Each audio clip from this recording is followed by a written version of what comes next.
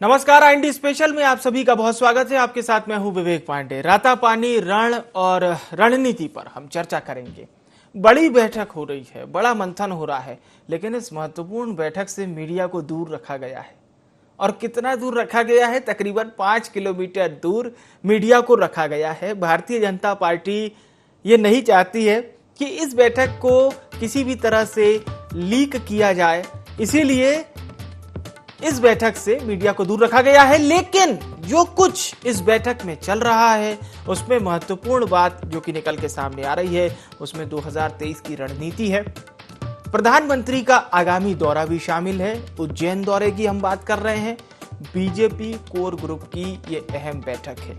बड़े बदलाव के संकेत भी इस बैठक में मिल रहे हैं।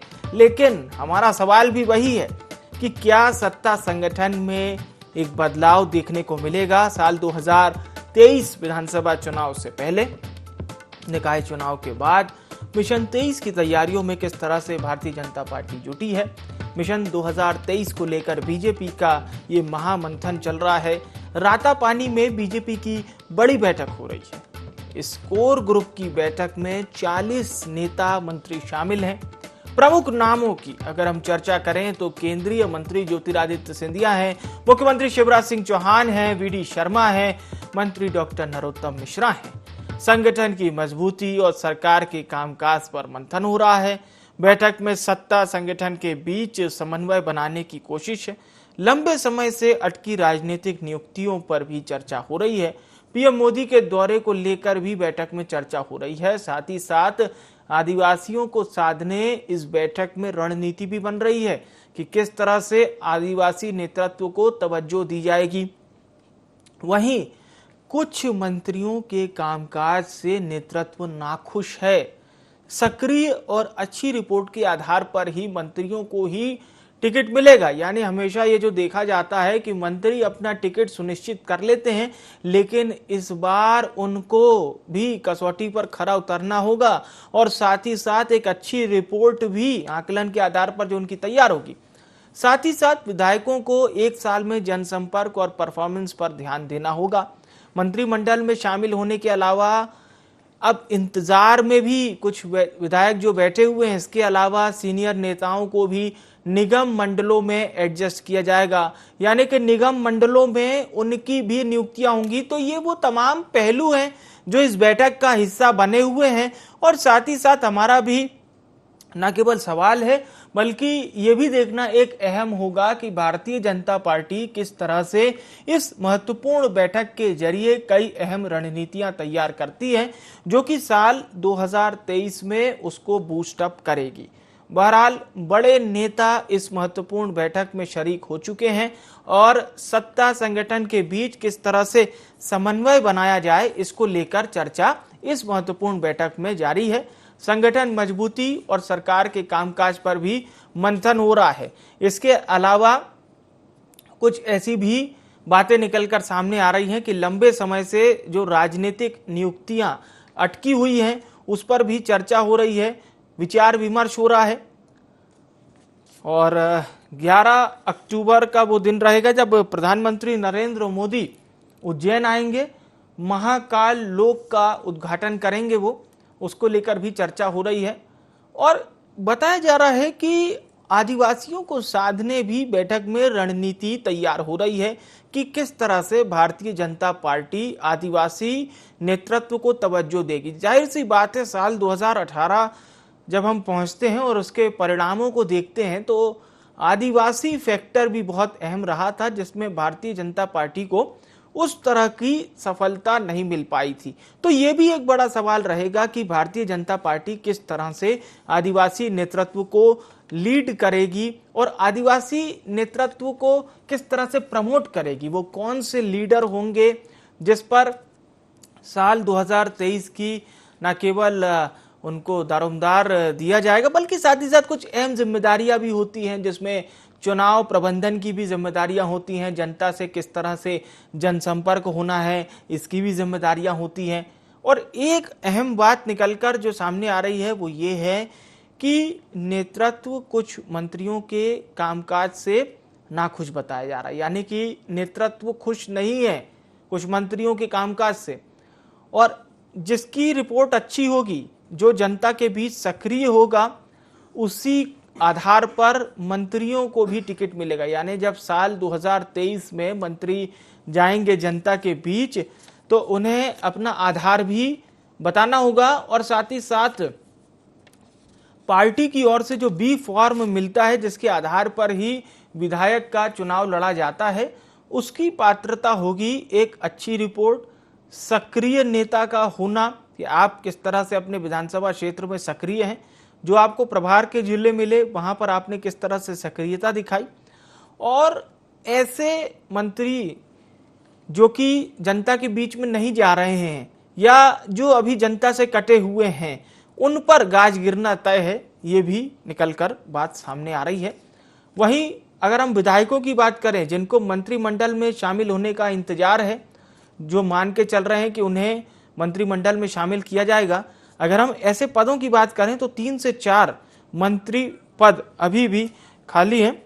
तो चर्चा हालांकि भारतीय जनता पार्टी की है, लेकिन मध्य प्रदेश की प्रमुख विपक्षी पार्टी कांग्रेस इसे किस तरह से देख रही है, इस पर चर्चा करने के लिए हमारे साथ रवि वर्मा जुड़ चुके हैं, प्रवक्ता हैं मध्य प्रदेश कांग्रेस के।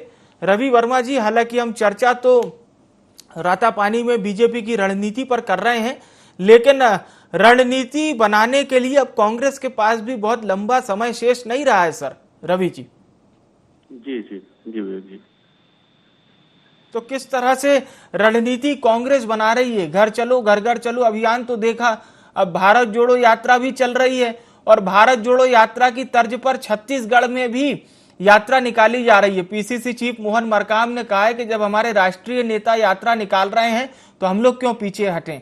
तो मध्य प्रदेश की क्या कवायद है? मध्य प्रदेश में आपकी पार्टी के नेता या आप लोग किस तरह से जनता से जुड़ेंगे? जी विवेक जी, कांग्रेस पार्टी लगातार जनता की आवाज बनी हुई है, लगातार जनमानस की जो मुद्दे जुड़े हैं उनको उठाने का कार्य कर रही है। लगातार महंगाई को लेकर हमारे जो नेता हैं हल्ला बोल कर रहे हैं, लगातार इस सरकार के आईना दिखा रहे हैं कि अच्छे दिनों के नाम पे आई तरीके से महंगाई की आग में आम जनमानस को झोंक रही है। आज खाने का तेल जो है लोगों के घरों में आग लगा रहा है, लेकिन इस सरकार को अब जो है, इस गूंगी बहरी अंधी सरकार को कुछ नहीं दिखता है। आज पर्यटन पर जो निकले हैं, ये बैठक जो है केवल मात्र इनकी पर्यटन है, क्योंकि आज बैठक में जिस तरीके का नजारा और जो बातें आज सामने आ रही है कि उनके ऐसे तमाम मंत्री जो बैठक में मौजूद ही नहीं है, गोपाल भार्गव जी वहाँ के स्वयं वन मंत्री वहाँ पे मौजूद नहीं है, तो ये जो है बैठक के नाम पर केवल रस्म अदायगी करने के लिए गए, पर्यटन तो निकले लोग हैं, इनका जनता और जनमानस से कोई सरोकार नहीं है।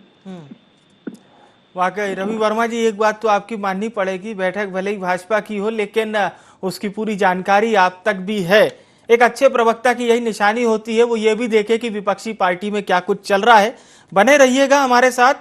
मध्य प्रदेश भारतीय जनता पार्टी के वरिष्ठ नेता और प्रवक्ता राजपाल सिंह सिसोदिया जी भी जुड़ चुके हैं।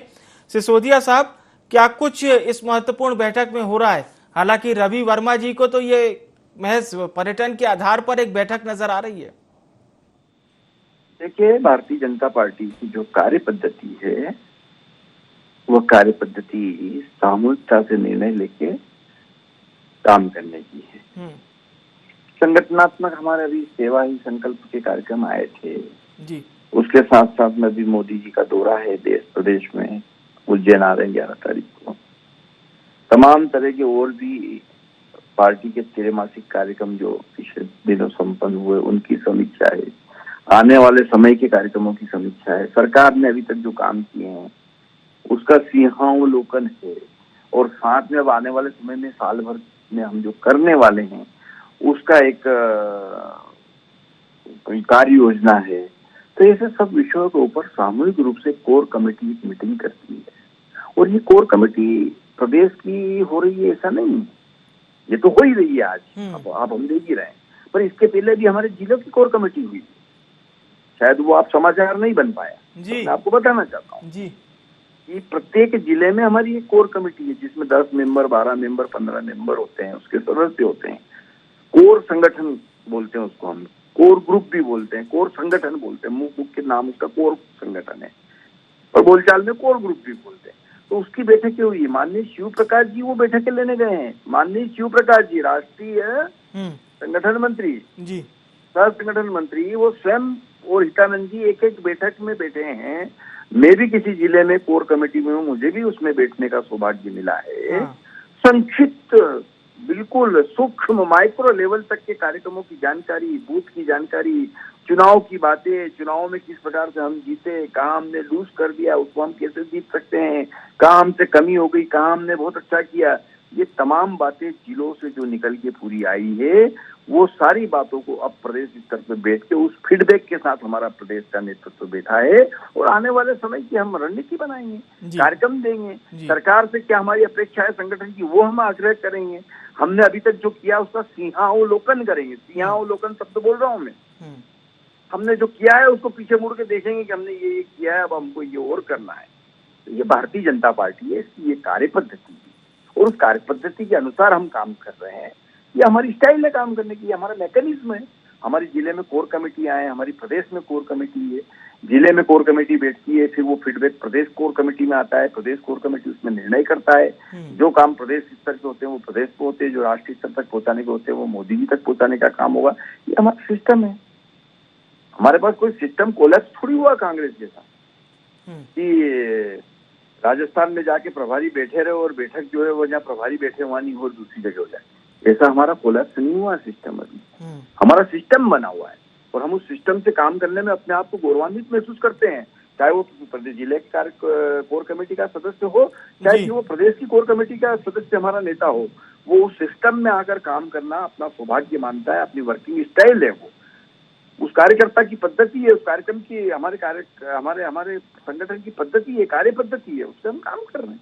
अब कांग्रेस के मरोड़ काय को उठ रही है, इसके अंदर तो उठना ही नहीं चाहिए, कोई विषय ही नहीं कांग्रेस का है, ये तो हमारा इंटरनल विषय है। पर अब कांग्रेस तो इसके अंदर भी बात करेगी, इसलिए करेगी अब कांग्रेस के बाद तो कुछ है नहीं ना, न वहाँ कोर है, न कोई मंडलम है, न कोई, बहुत सी जगह तो जिले ही नहीं बने हैं, बहुत सी जगह तो बनाने वाले हैं। अभी तो राष्ट्रीय अध्यक्ष को लेकर घमासान चल रहा है, कौन बनेगा पता ही नहीं। जो है 80+ के जो है खड़गे साहब आए हैं, देखे अब 80+ वाले अपने ऊपर कैसे कांग्रेस का बोझ लेके चलते हैं। जिस उम्र में रिटायरमेंट होने की उम्र रहती है उस उम्र में जो है कांग्रेस के राष्ट्रीय अध्यक्ष बन रहे हैं, उनकी जो है विशेष योग्यताएं अगर ये है तो देखी जाए तो ये है कि भाई उनके साथ कोई है नहीं, इसलिए वो कांग्रेस के अध्यक्ष। अगर उनके पास ये जो थे गहलोत जी के पास विधायक थे तो उनको नहीं बनाएंगे, क्यों? क्योंकि वो नया दल बना ले कभी तो। ठीक है, आपके सवाल पर हम रवि जी से भी जवाब लेंगे। राज्यपाल साहब हमारे साथ बने रहिएगा। सुरेश शर्मा साहब हमारे साथ जुड़ चुके हैं, मध्य प्रदेश के जाने माने वरिष्ठ पत्रकार, प्रभाकर वक्ता। सर, आपको किस तरह से ये बैठक लग रही है? क्या कोई बड़े बदलाव के संकेत नजर आ रहे हैं या ये भारतीय जनता पार्टी के बैठक करने का ही एक तरीका है? आपके अनुभवों के आधार पर मैं जानना चाहूंगा सर। नहीं, मेरे अनुभव के आधार पर दो बातें मुझे इसमें लगती हैं। पहली बात तो है कि इतनी बड़ी बैठकों में कोई निर्णय नहीं होते हैं जिस निर्णय की तरफ आप संकेत करते हो। ये निर्णय जो है ये तो चुपचाप वाले होते हैं, ऊपर से कह दिया जाता है या नीचे बैठ करके तय हो जाता है। पर तो ये जो जिस निर्णय की ओर आप संकेत कर रहे हो वो निर्णय इस प्रकार की बैठकों में नहीं होते हैं। दूसरा मेरा ये कहना है कि कुछ न कुछ इस बैठक में अवश्य महत्वपूर्ण होने वाला है, क्योंकि जब यहाँ शिव प्रकाश जी बैठे हैं जो सह संगठन महामंत्री हैं और 4-5 राज्यों के प्रभारी हैं, फिर प्रदेश के प्रभारी उस बैठक में बैठे हैं, जामवाल साहब बैठे हैं जो जिनको मध्य प्रदेश छत्तीसगढ़ का प्रभार दिया गया है। लेकिन इन सब के बावजूद BL संतोष साहब आ रहे हैं इस बैठक के लिए विशेष रूप से, तब उसका ये माना जाएगा कि हाईकमान का कोई संदेश है जिस संदेश को वो यहाँ कोर ग्रुप के सामने बताना चाहते हैं। तो मैं दो बातों को महत्वपूर्ण रूप से देख रहा हूँ। तीसरी बात जो है मुझे लगती है इस बैठक के बाद कि जो ये निकाय चुनाव के अंदर जो कल परिणाम आए हैं, इससे पहले जो परिणाम आए, इनके बाद के जो सर्कमस्टांसेज हैं वो 2023 के समीकरण के हिसाब से किस एंगल को फिट करते हैं। तो नेताओं का एक प्रकार का फीडबैक जाएगा, उस फीडबैक के आधार पर जो है आगे की रणनीति बनेगी कि 2023 कैसे लड़ा जाना चाहिए, कैसे जीना जाना चाहिए। तो इसलिए मुझे ये लगता है कि आज की बैठक का मेन यही है। बाकी जो कोई गंभीर किस्म के निर्णय होते हैं वो इस प्रकार की बैठकों में नहीं होते, वो आपसी चर्चा और जो एक छोटा मोटा जो जिसको कहते हैं ना हाईकमान जो होता है वो सब तय करता है। जी बिल्कुल बिल्कुल, मैं आपसे और भी सवाल पूछूंगा सर, आप हमारे साथ बने रहिएगा। रवि वर्मा जी का अब हम रुख करते हैं। रवि जी, सिसोदिया साहब ने बताया कि किस तरह से बीजेपी में काम होता है, लेकिन उन्होंने सवाल भी खड़े किए। उनका ये कहना है कांग्रेस के राष्ट्रीय अध्यक्ष के लिए अब कोई बड़े नेता नहीं मिल रहे, और जो आप लोग सदा आरोप लगाते हैं कि एजेंट वाली बात होती है। हालांकि आपका यह भी कहना है कि बीजेपी में भी कई नेता शामिल है, लेकिन भारतीय जनता पार्टी कहती है कि हम तो साहब युवाओं को ज्यादा तरजीह देते हैं। अब 80 प्लस के आपके अगर नेता राष्ट्रीय अध्यक्ष बनेंगे, ये सवाल है बीजेपी का। विवेक जी, बड़ा ही हास्यास्पद है कि राजपाल सिसोदिया जी इधर उधर की बातें करके केवल जो है जनता का ध्यान बरगलाना चाहते हैं या ध्यान बांटना चाहते हैं। तमाम तरह की भारतीय जनता पार्टी के नेता प्रवक्ता लोकतंत्र की दुहाई देते थे, लेकिन आज नड्डा जी की उम्र क्या है? बड़ा सवाल मैं पूछना चाहता हूं राजपाल सिसोदिया जी से कि नड्डा जी की उम्र क्या है और नड्डा जी का जो चुनाव है या उन्हें किस तरीके से मनोनीत किया गया है। हमारे यहाँ तो एक डेमोक्रेटिक प्रक्रिया है, लोकतंत्र है, लोकतंत्र के अनुरूप ही लोगों ने अपना अपना नामांकन दाखिल किया है। चुनावी प्रक्रिया के तहत हमारा अध्यक्ष आज जो है चुन रहा है, क्योंकि एक ब्लॉक से लेके एक बूथ का जो अध्यक्ष है वह चुनता है। ब्लॉक अध्यक्ष जो है डेलीगेट चुनते हैं और डेलीगेट जो है एआईसीसी में अपना मत देते हैं राष्ट्रीय जो अध्यक्ष के लिए। लेकिन इनके यहाँ क्या प्रक्रिया है? इनके यहाँ तो जो हमारे आरोप हैं आज, वो आरोप तो भारतीय जनता पार्टी ने ही सच किए हैं कि आरएसएस के ये जो है पिट्ठू हैं, ये आरएसएस के कमरों में, बंद कमरों में जो तय हो जाता है, इनकी सलाह ली गई। इनके किस तरीके से क्या प्रक्रिया है बताएं आज राजपाल सिसोदिया जी। केवल 2 लोग तय करते हैं, 2 लोग आज जो है, खैर ये उनका निजी मामला है, मैं इस विषय में ज्यादा जानना नहीं चाहता था, लेकिन आज बात जब निकली है तो दूर तलक जाएगी। केवल 2 लोग चलाने वाले लोग हैं। हमारे यहाँ तो एक संगठन है, जिस संगठन के आधार पर लोग चलते हैं और उस बात का अनुपालन करते हैं। आज बैठक हो रही है, मैं उस बैठक पर राजपाल सिसोदिया चर्चा नहीं कर रहे हैं। अरे जहाँ बैठक चल रही है, जो इनके तमाम जो लोग गए हैं, वहां के वन मंत्री उस बैठक से नदारत है।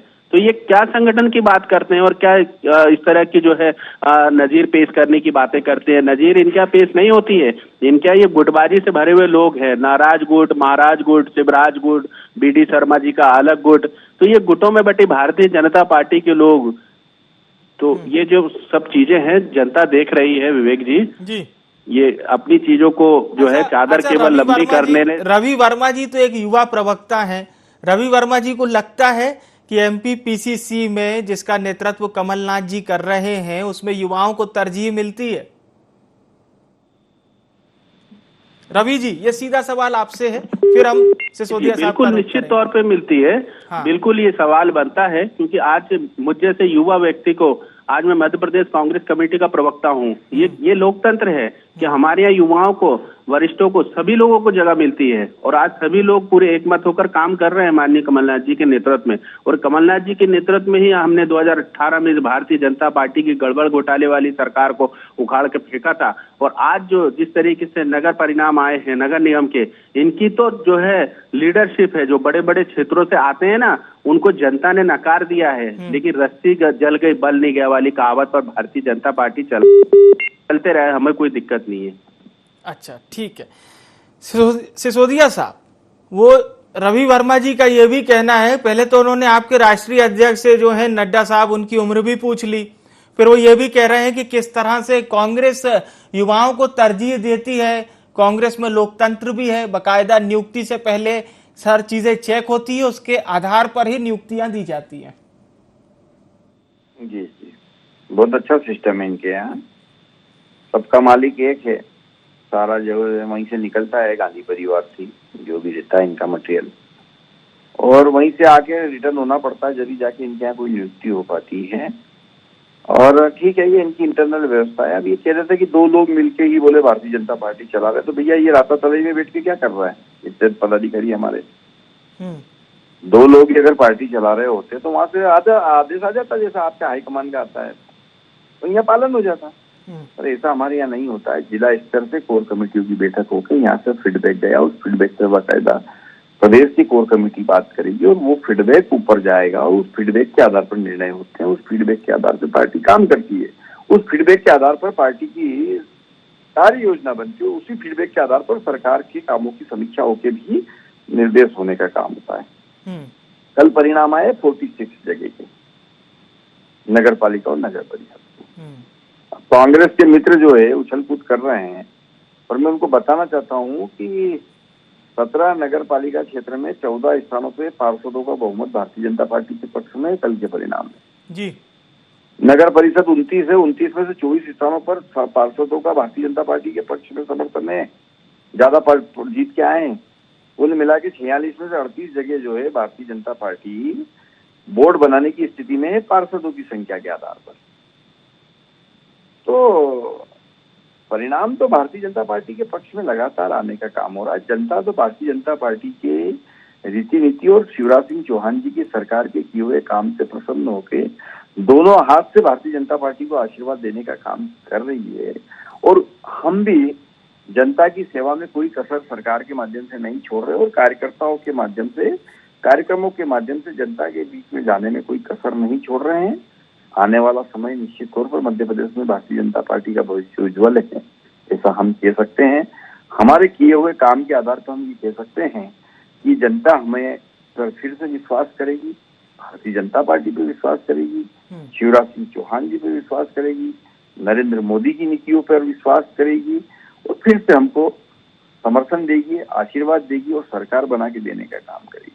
अभी मेरे मित्र कह रहे थे कि युवाओं को अवसर मिल रहा है कांग्रेस। आपने पूछा था सीधे सीधे जी, कितने युवाओं को अवसर दे दिया कांग्रेस ने?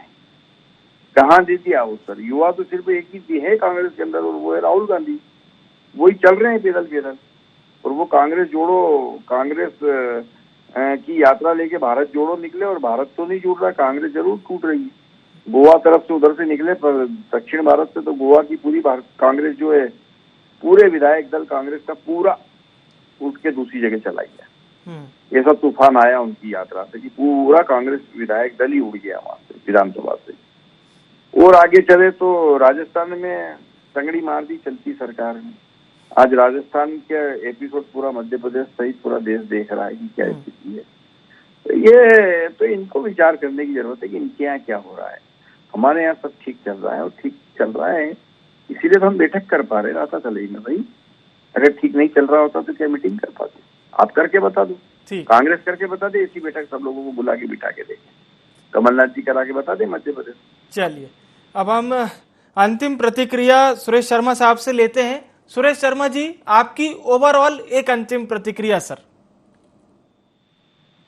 नहीं, मैं दोनों राजनीतिक दलों के नेताओं के द्वारा, जो प्रवक्ताओं के द्वारा कहे गए शब्दों पर बड़ा गौर से सुन रहा था कि इतनी प्रशंसा अपने संगठनों के बारे में की गई है, और अच्छी बात है यदि मान लो इतनी प्रशंसा ये लोग कर रहे हैं तो। लेकिन कुल मिलाकर के ये है कि इन सारी चीजों का निर्धारण जनता करती है। कल ही परिणाम आए हैं, कमलनाथ जी के 6 में से 4 जो है वो बीजेपी जीत गई। इससे पहले परिणाम आए थे कि बीजेपी के 2 गढ़ों को कांग्रेस जीत गई थी। तो जनता कितना किस पर भरोसा कर रही है, इसकी रणनीति 2023 के लिए बनना शुरू हो गई है। यही कोर ग्रुप में हो रहा है। जहां तक पार्टी के इंटरनल लोकतंत्र का मामला है, तो इंटरनल लोकतंत्र हमने वर्षों से 35 वर्ष हो गए देखते देखते कितना लोकतंत्र है, ये सब अपनी जगह है। आज जो भी हम उदाहरण दे रहे हैं ये व्यवहारिक है, सब अच्छे लगते हैं कहने में, लेकिन वास्तविकता ये है कि जनता अब केवल इस तरह की बातों से को पसंद नहीं करती, वो आउटपुट चाहती है। आउटपुट जो देगा वो आगे सरकार में आएगा। 2023 बहुत महत्वपूर्ण और मायने रखने वाला चुनाव हो। बिल्कुल बिल्कुल, बहुत बहुत धन्यवाद आप सभी सम्मानित जनों का हमारे साथ कार्यक्रम में जुड़ने के लिए। तो परफॉर्मेंस पर ध्यान देना होगा, जाहिर सी बात है। जो भी पार्टी परफॉर्मेंस पर ध्यान देती है, कहीं ना कहीं चुनाव में इसका एक बड़ा फायदा भी उसे मिलता है। और आज भारतीय जनता पार्टी की इस बैठक में ये निष्कर्ष भी निकला होगा। लेकिन साथ ही साथ इस बैठक में एक अहम दांव, या यूं कह लीजिए कि सबसे ज्यादा फोकस उन नेताओं पर भी है जो पार्टी के टिकट पर विधायक और उसके बाद मंत्री तो बने हुए हैं, लेकिन वो जमीन में नहीं जा रहे। वो विधानसभा क्षेत्र का उस तरह से दौरा नहीं कर रहे जैसा संगठन चाहता है, और वो जनता के बीच में उस तरह से नहीं जा रहे। तो इनको लेकर भी एक बड़ा डिसीजन इस बैठक में होगा, ये भी देखने वाली बात होगी। और साथ ही साथ जो शीर्ष नेतृत्व आया हुआ है दिल्ली से, जिसकी नजरें इस बैठक को लेकर हैं, उनके फैसले क्या कुछ होंगे, राज्य की जो कमेटी है भारतीय जनता पार्टी की, उसके लिए क्या कुछ निर्देश होंगे, ये देखना अहम बात होगी। फिलहाल के लिए IND स्पेशल में इतना ही। मुझे आने विवेक को दीजिए इजाजत। नमस्कार।